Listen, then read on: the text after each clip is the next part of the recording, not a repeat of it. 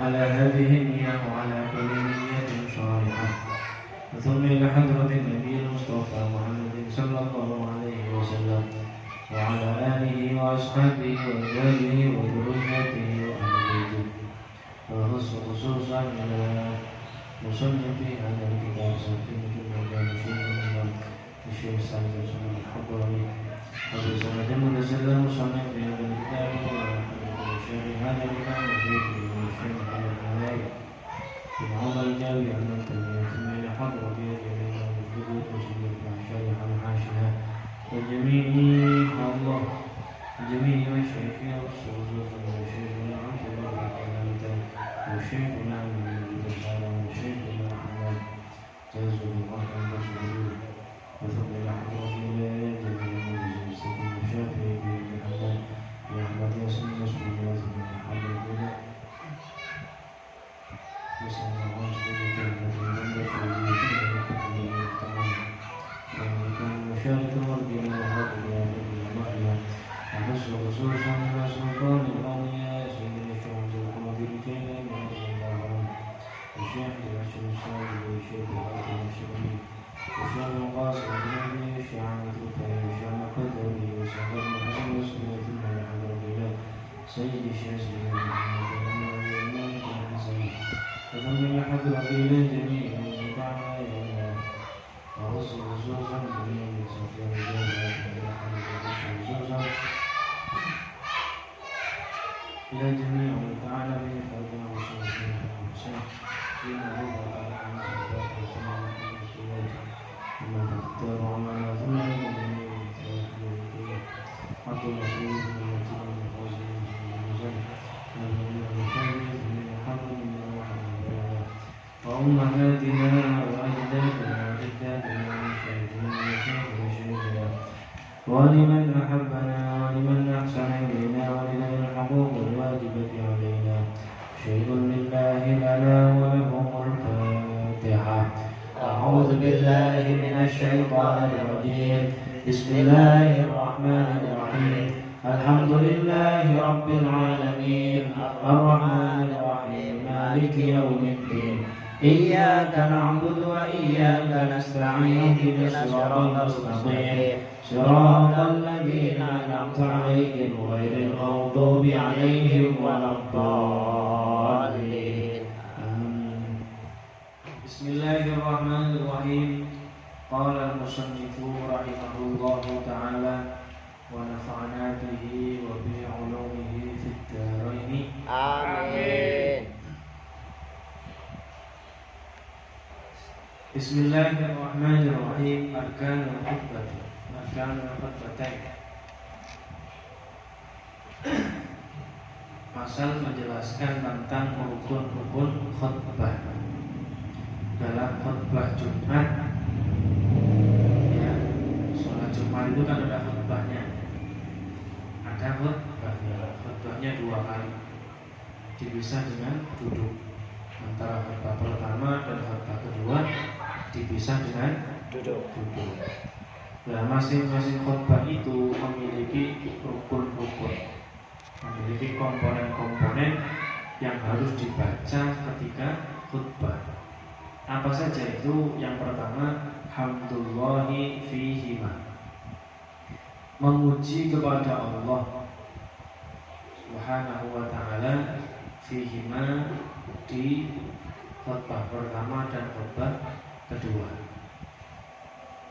Khutbah pertama harus membaca hamdalah, alhamdulillah, macam-macam, teksnya banyak.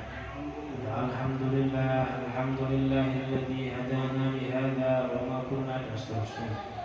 Alhamdulillah, alhamdulillahilladzi qad wafaqa lil 'ilmi khayra khalqihi wa littuqa hatta ma'at qulubuhum min nahwi, bisa. Alhamdulillahi rabbil alamin wa bihi nasta'inu ala umuri dunya wa din, seterusnya bisa. Yang penting pujian kepada Allah. Pujian kepada Allah ini dibaca di khutbah pertama dan khutbah kedua. Kalau khotib perhatikan, baca hamdalah enggak ya? Kalau tidak baca, ya berarti khutbahnya enggak sah. khutbahnya enggak sah, berarti jumatannya juga tidak sah. Yang kedua, wassalatu ala nabiyyi sallallahu alaihi wasallam fihi, dan yaitu membaca sholawat atas Nabi Muhammad sallallahu alaihi wasallam di khutbah pertama dan khutbah kedua.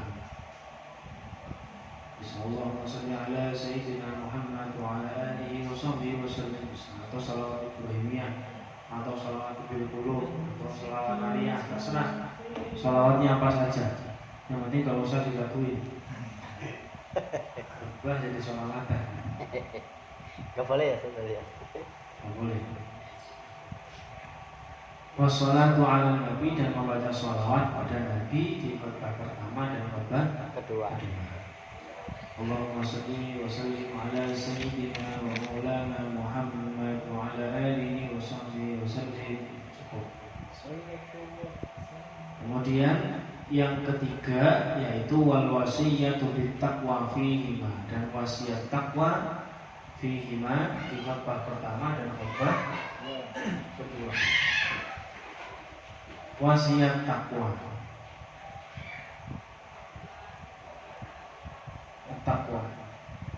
Takwa itu apa? Imtithalu awamirillahi wajtinabu nawahihi, yaitu mengikuti segala perintahnya Allah dan menjauhi larangan-larangan Allah. Jadi takwa di sini tidak harus teksnya itu ittaqullah, tidak harus seperti itu. Tidak harus ittaqullah haqqa tuqatih wa la tamutunna illa wa antum muslimun. Tidak harus itu. Kalau itu juga enggak apa-apa. Ya kan? Atau usikum wa nafsi bittaqullah, itu juga bisa. Tapi tidak harus seperti itu. Intinya apa? Intinya adalah al-hatsu 'ala ta'ah. Yaitu intinya wasiat takwa di sini yang wajib dibaca ketika khutbah pertama dan khutbah kedua, yaitu adalah apa? Mengajak kita untuk taat kepada Allah. Paham ya? Insyaallah. Contohnya apa? Aqimis sholata liduluki syamsi ila ghasaqil laili wa qur'an al-fajr inna qur'an al-fajri kana mashhuda. Perintah sholat, berarti kan perintah kita ini untuk menjalankan taat. Perintah takwa juga.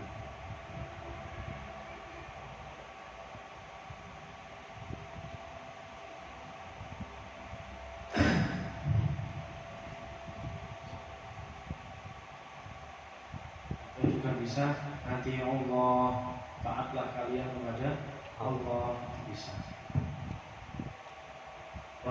Jadi tiga ini hamdalah, sholawat, dan wasiat takwa ini harus dibaca di masing-masing khutbah. Khutbah pertama dan khutbah kedua. Kemudian rukun khutbah yang keempat yaitu apa? Wa qira'atu ayatin minal Qur'ani fi ihdahuma, membaca ayat Al-Qur'an pada salah satu dari dua khutbah. Ayat Qur'an ini boleh dibaca di khutbah pertama atau hanya dibaca di khutbah kedua. Khutbah pertama tidak baca ayat tidak masalah. Yang penting khutbah keduanya baca ayat. Khutbah pertama sudah baca ayat, maka khutbah kedua tidak harus membaca ayat. Paham ya? Salah satunya saja ini yang wajib. Tapi kalau dua-duanya dikasih ayat bagaimana? Tidak apa-apa. Yang penting ayatnya ini adalah ayatun mufhimah, ayat yang bisa difaham.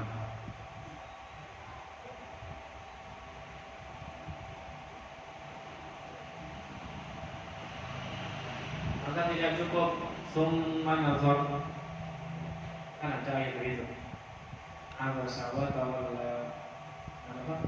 Yang summa nazar. Ya, atau nun, atau baca qaf, atau yasin, Itu kan ayat yang tidak bisa memahamkan, itu nggak bisa.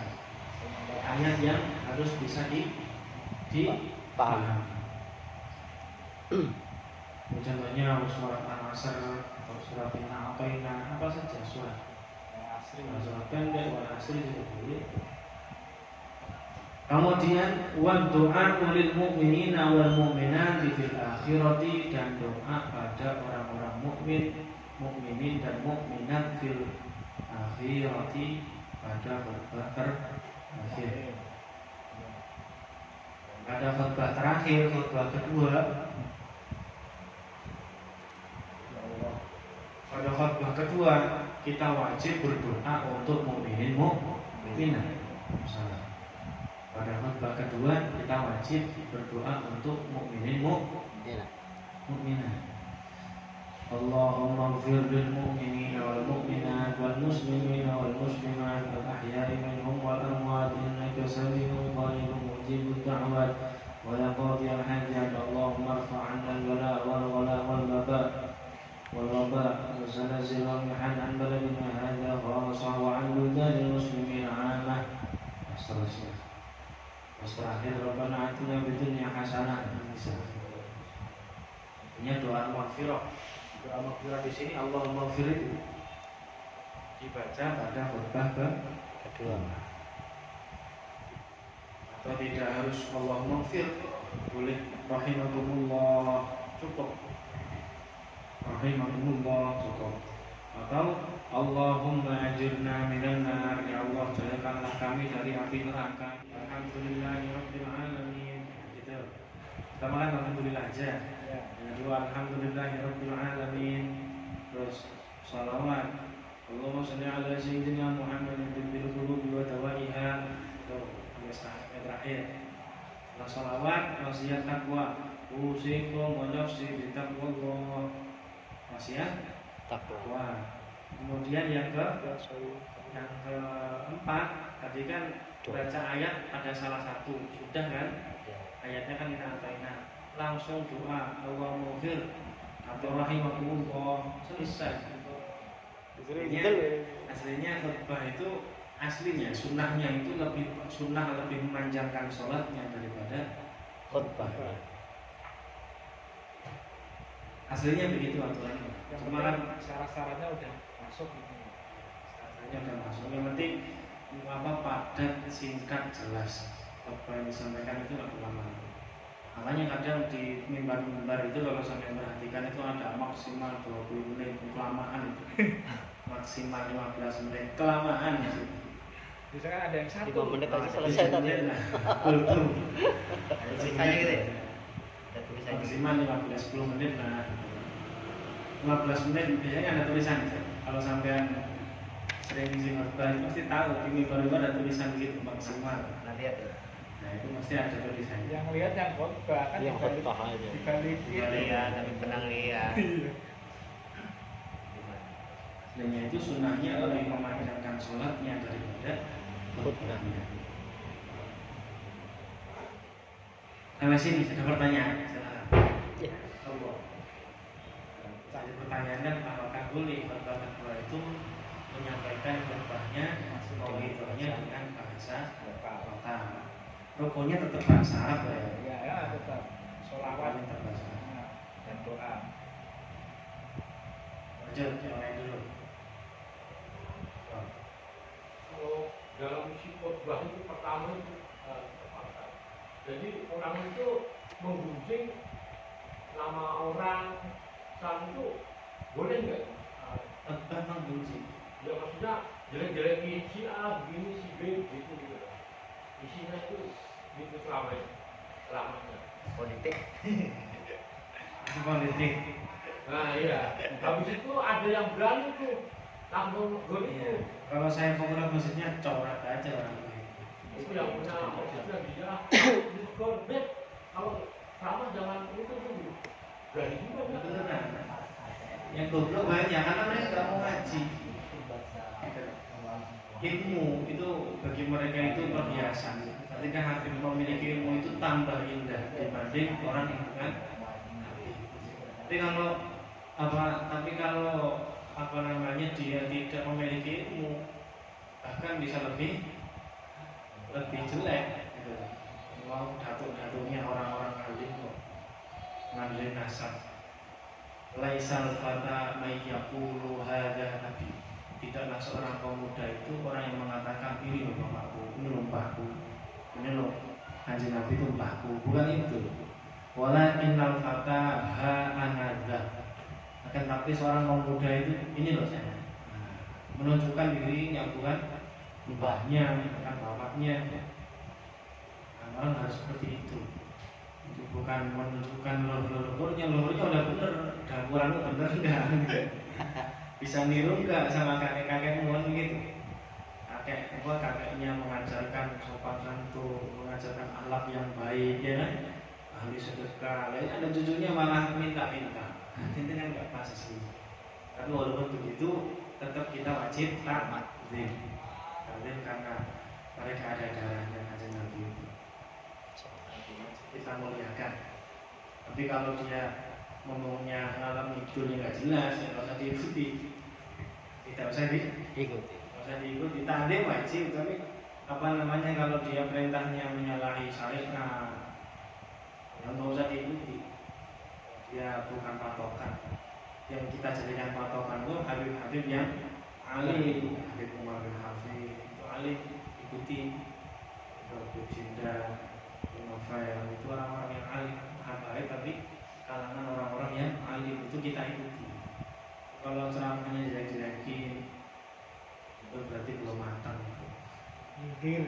Masih mampu, kemudian di karbit, ambil karbitan. Belum saatnya keluar sudah ceramah, belum saatnya.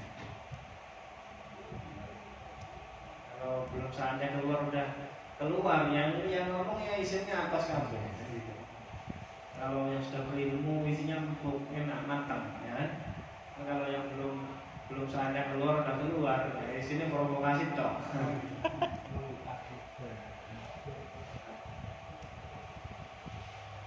Itu harus ditegur. Jadi tegur sama ngomong ya. Tegur. Berarti ya nggak salah yang tegur. Nggak salah yang tegur. Salah. Lo sampean tahu putranya kanjeng Nabi besok ditanya sampai sama kanjeng Nabi. Kamu tahu cucu saya salah, kamu biarin. Malah jadi bertanggung jawaban. Kalau salah enggak diingetin.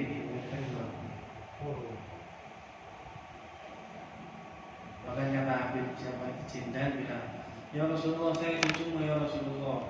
Padahal dia tukang provokasi soal paman. Begitu. Saya dzurriyyahmu, saya dari nutfahmu ya Rasulullah, dari air mani. Kamu bukan dari air mani saya, air kencing saya. Begitu ya Nabi gimana? Kalau hanya ngandelin nasab. Nasab itu jadi mulia kalau kita bisa menempatkan diri. Ya kan? Kalau kita nggak bisa menempatkan diri, nggak bisa mengikuti akhlak datuk-datuknya, ya gimana kita mau dimuliakan orang kalau orang kita sendiri tidak mau memuliakan orang lain. Kita khutbah itu niatnya apa? Tujuannya kan agar masyarakat umat kita ini ingat dengan akhirat, bukan malah berangkat khutbah pulang yang malah mangkel hatinya. Ya? Balik khutbah, waduh, gara-gara ini malah dongkol hatinya, itu nggak ada hikmah di sana. Itulah nggak usah ngurus-ngurus politik. Politik penting, tapi kalau untuk khutbah begitu nggak perlu. Ya, Oke, pemilihan presiden pasti ada sispan di sini, masukin. Macam-macam saja. Khutbah itu ya macam-macam saja. Masyarakat itu udah pintar masalah politik kok diajari, kan? Ada pintar politiknya, nggak usah diajari. Kalau di pondok beda, kalau di pondok sama istiadat punya istiadat masing-masing. Kiai saya itu pasti pilihannya beda-beda. Kiai saya itu kiai di Poso itu ada kiai Din, kiai Dah, ada kiai Din, kiai Dah, kiai Munib, kiai Fuk. Yang kiai Din juga, yang kiai Dah PKNU, yang kiai Munib Demokrat. Nah, semuanya itu tujuannya memang begitu. Ketika yang jadi dari Demokrat SBY waktu itu kiai-kiai yang lain diajak gabung, nah gitu. Yang menjadi P3 kiai-kiai yang nggak milih P3 diajak gabung. Itu politiknya para kiai. Memang harus begitu. Memang harus begitu.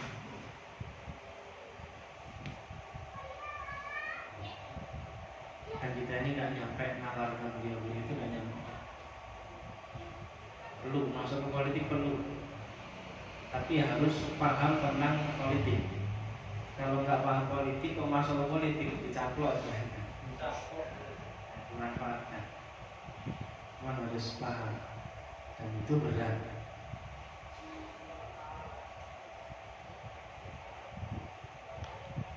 Ada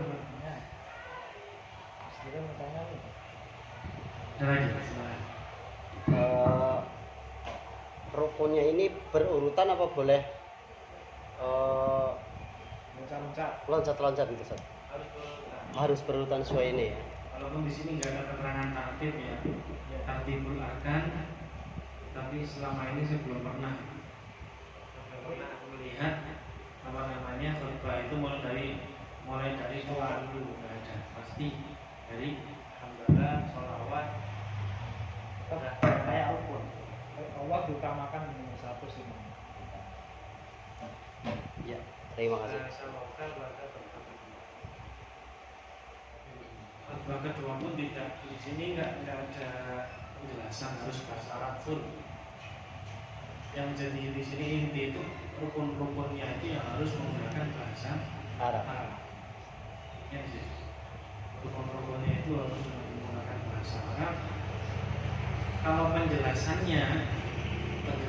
takwa kepada Allah itu isinya apa? Begitu. Isinya yang ada yang menjelaskan tentang sholat, ada yang menjelaskan apa namanya perintah zakat, penjelasan larangan maksiat, kan itu penjelasannya boleh dengan bahasa Indonesia. Kalau untuk rukun-rukunnya harus dengan bahasa yang penjelasan seperti ini kan nggak ada apa namanya penekanan khutbah kedua harus bahasa Arab full, nggak ada.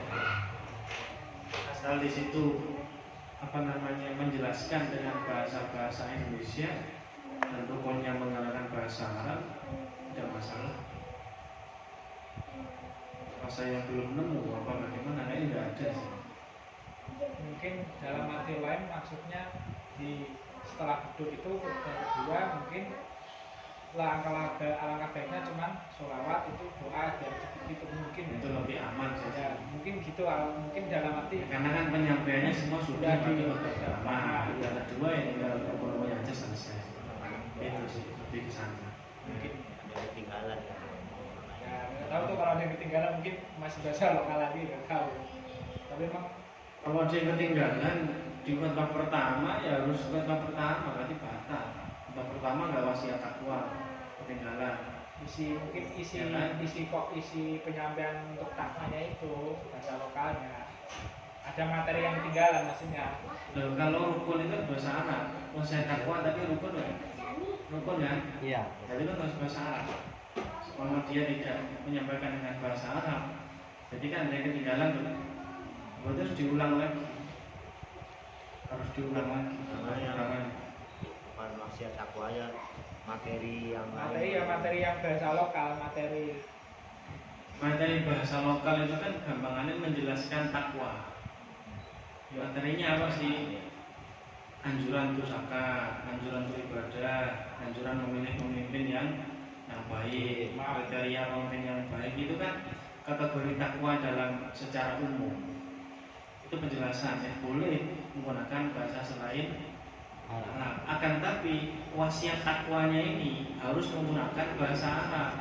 Ati Allah boleh, ittaqullah boleh. Tuh.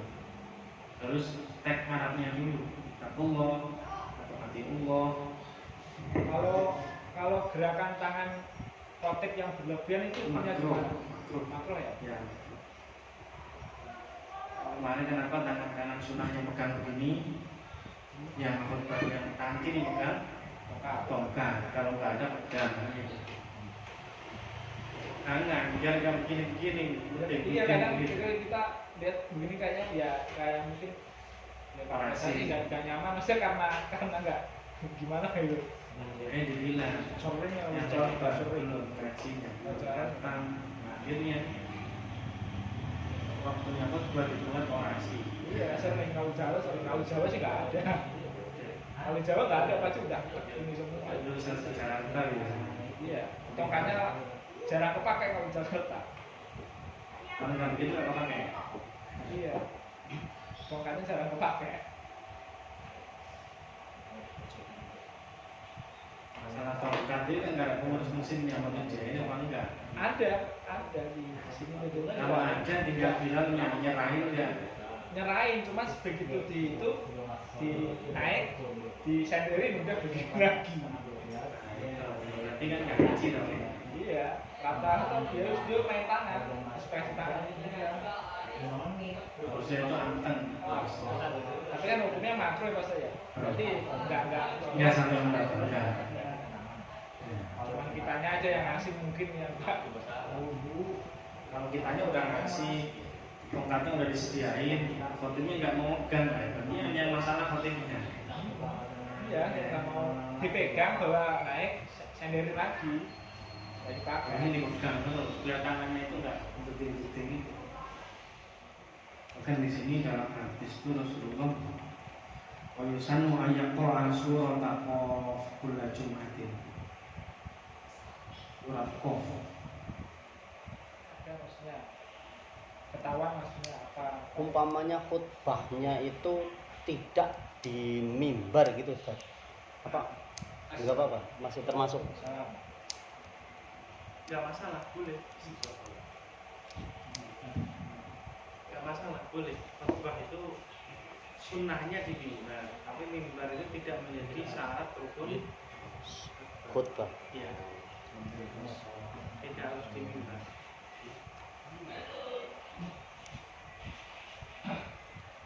Belakang jamaah. Dari timur belakang jamaah. Boleh di gunung. Mungkin tujuannya awal pertama kali adanya mimbar itu kan karena apa namanya suaranya biar lebih Posisi kan juga lebih tinggi ya, biasanya. lebih tinggi dan suaranya lebih bisa nyampe ke orang lebih jauh. Posisinya lebih tinggi juga. Kelihatan. Itu. Nah, kemudian zaman sekarang adanya mic, saya kira para ulama tetap mensunahkan adanya mimbar. Walaupun sudah ada mic. Kalau zaman dulu kan khutbah di tempat tinggi kan untuk suaranya agar lebih kedengaran orang banyak. Kalau dia pendek kan suaranya nggak nyampe jauh. Itu yang apa namanya. Dan kesunahan itu tidak hilang. Kayak kan Nabi pernah ketika khutbah kemudian tongkatnya dibuang. Udah nggak dipakai sama Rasulullah. Tongkatnya nangis. Nah itu satu masjid dengar semua. Tongkatnya dengar, para sahabat juga dengar. Tongkatnya itu selepas khutbahnya itu nangis. Akhirnya dipakai lagi sama kanjeng Nabi. Nah kalau kurmanya itu tidak dipakai kanjeng Nabi itu nangis dia. Mujizat. Namanya mujizat gitu. Kalau nggak mujizat nggak bisa. Mungkin kalau misalkan mimbar udah dipakai mungkin juga mimbarnya yang Nggak cari main ceritanya. iya. Nah, soalnya di tempat saya dulu ada kita enggak jadi khutbahnya itu karena mungkin belum ada mimbar atau bagaimana gitu. Jadi dia cuman berdiri di depan di samping pengimaman gitu lah, berdiri aja gitu kan. Tutup. Iya, kayak orang kultum kayak gitu kan. Iya nggak apa-apa. Sunnahnya pakai mimbar. Ini kan sunnah. Yang penting kan rukunnya tadi 5 itu. Hamdalah, sholawat, wasiat, takwa pada khutbah pertama kedua. Kemudian baca ayat Al-Quran pada salah satunya, bisa khutbah pertama, bisa khutbah Kedua.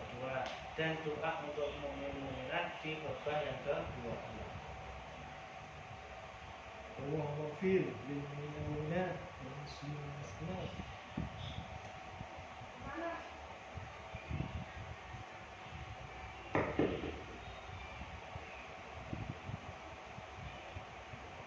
Nah, ini jelas.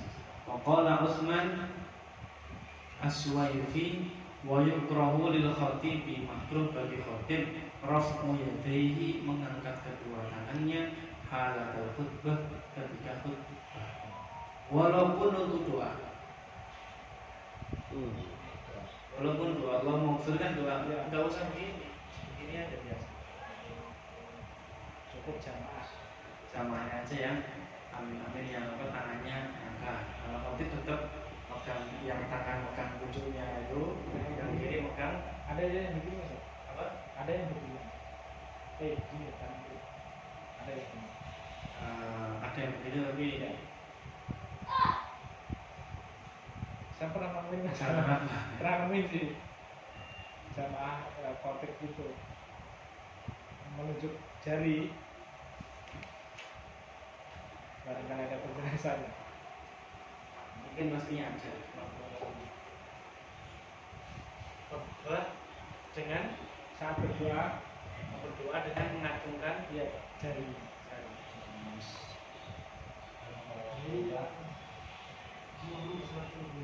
Atau mungkin pas doanya itu memang harus, saya kan namanya Arab, kita juga nggak tahu artinya ya, mungkin penegasan jari itu gimana.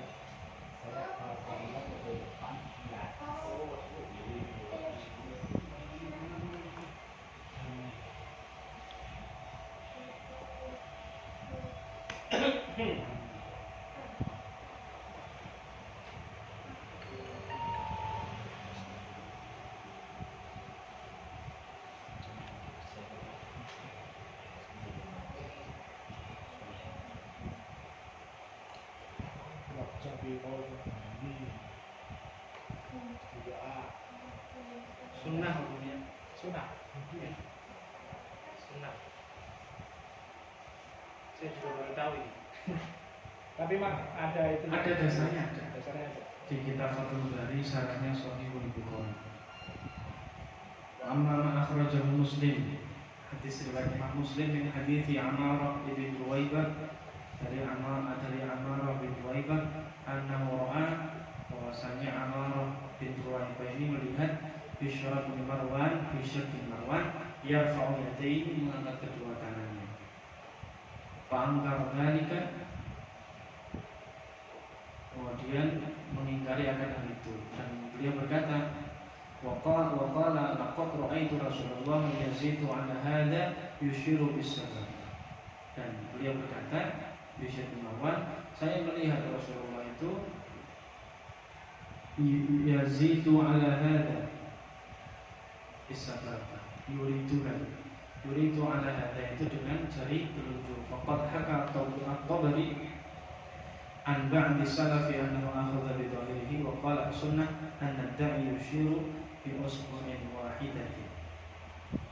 Sunnah, Imam At-Tabari menukil dari ba'du salaf, sebagian ulama salaf, sunnahnya bagi orang yang berdoa itu isyarat dengan jari telunjuknya, dengan satu jarinya. Waraddahu, dan pendapat ini ditolak. Innama waradda fil khatibi hadal khutbah fala ma'na li tamassukihi fi man yarfa'u yadaini fi du'a.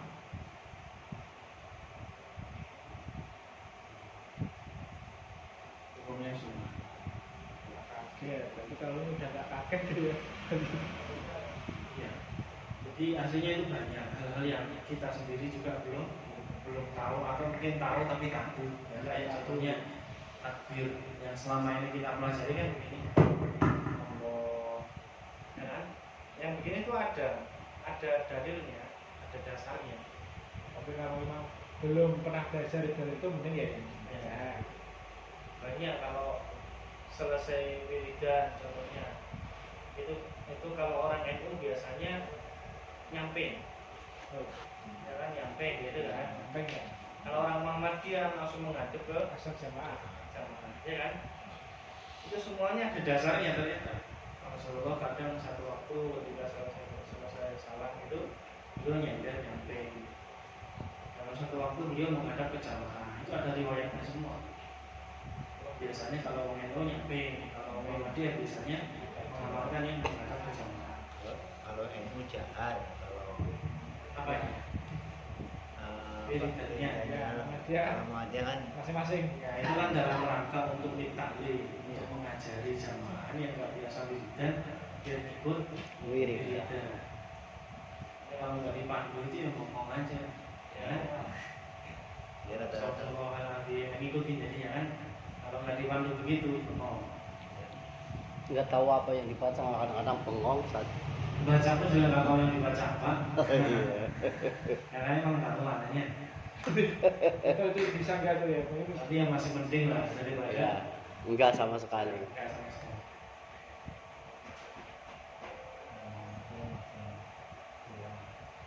Ada kata Imam, kata Sayyidah Rabi'ah Tawiyah, istighfar yahtaju ilal istighfar. Istighfar kita ini masih butuh diistighfari kembali. Nah, karena kita baca istighfar tapi hatinya lalai. Istighfar yang seperti itu. Istighfar ya, Ustaz. Iya, karena istighfarnya itu dalam keadaan hatinya Lalai. bukan kesalahan. Kan artinya kan saya mohon ampun ya Allah, tapi dia nggak paham apa yang dibaca, pokoknya membaca itu. Yang perlu diistighfar lagi. Jadi kita istighfar setelah sholat itu bukan istighfar atas dosa-dosa yang telah lewat, itu bukan. Itu dosa kita ketika sholat lalai itu. Ketika sholat baca Fatihah itu dagangan, Fatihah itu kerjaan itu yang perlu Kafarat diistighfar terbaik. di sholat kita itu. Saya jauh-jauh tidak dosa. Sholatnya itu udah bermasalah gitu.